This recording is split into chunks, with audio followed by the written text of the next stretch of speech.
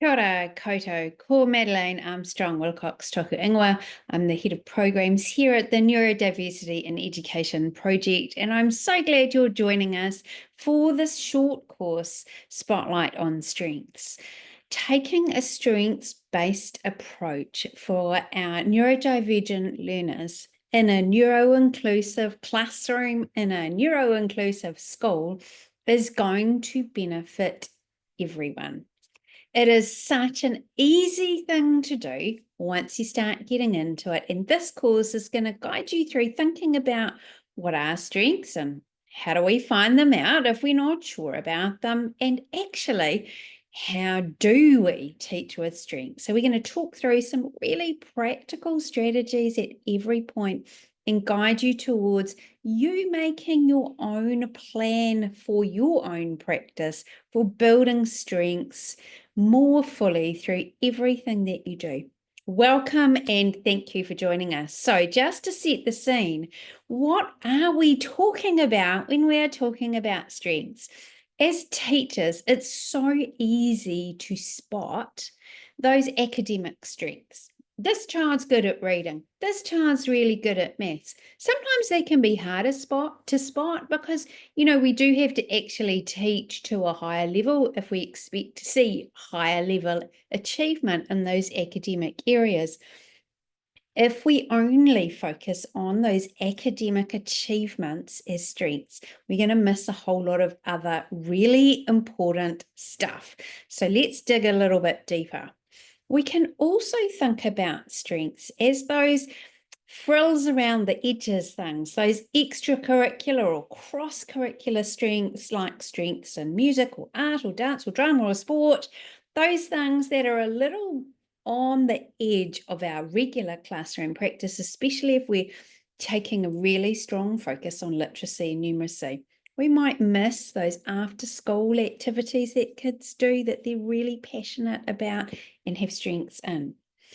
But let's go even deeper than that and actually look at the underlying abilities and qualities of children. Those are the things that enable those strengths. So you might think about a learner in terms of their incredible creativity, and that creativity might show up in awkward questions, in this daydreaminess, in this always wondering why, in the left field comments that you get from time to time popping up. Now, that creativity is an incredible strength, and that can fuel achievement, interest, curiosity, all sorts of other great things in any area.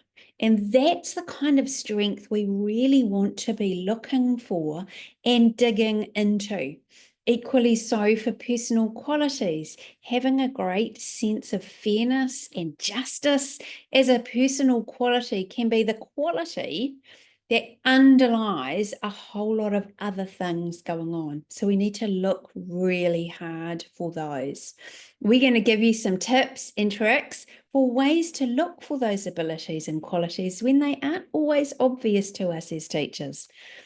We also need to use students' own interests and passions as an amazingly easy way into understanding them and their strengths. If you have got a student who is passionate about rocks, Barbies, bioluminescence, Greek mythology, dinosaurs, trucks, whatever it is they're passionate about, is going to give you as a teacher an amazing inroad to understanding who they are as a wee human, what their abilities and qualities might be, and how we can use those strengths, not as rewards, but how we can use those things as inroads into learning and inroads into the more formal part of our school day, but appealing to those interests and passions, super important.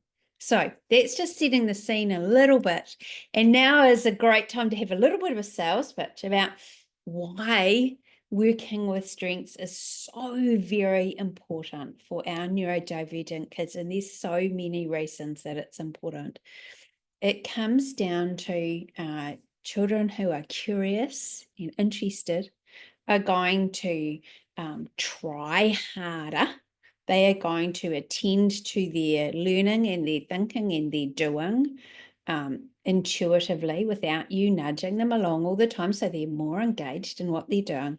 Kids who are more engaged in what they are doing feel a greater sense of flow and satisfaction and joy in their learning. And don't we all want to see that? Joyous learners. They develop healthy academic self-concept. So that idea that, I can do this thing even if it's hard. I have the skills and strategies. That's the academic self-concept that we want kids to develop in our classrooms, not just in their after-school activities or in their passion areas, maybe outside of school. We want them experiencing and developing that in our classrooms. All of this contributes to their well-being and their sense of themselves as a person, that identity development. When kids feel secure and well and happy, they are more likely to experience belonging and connection in your classrooms. And all of this adds up to better achievement for kids in whatever it is they choose to achieve in. So how could you not play with strengths in your classrooms? All right, thank you so much. Do carry on with the next part of this lesson. Have a great rest of your day. Thanks, bye.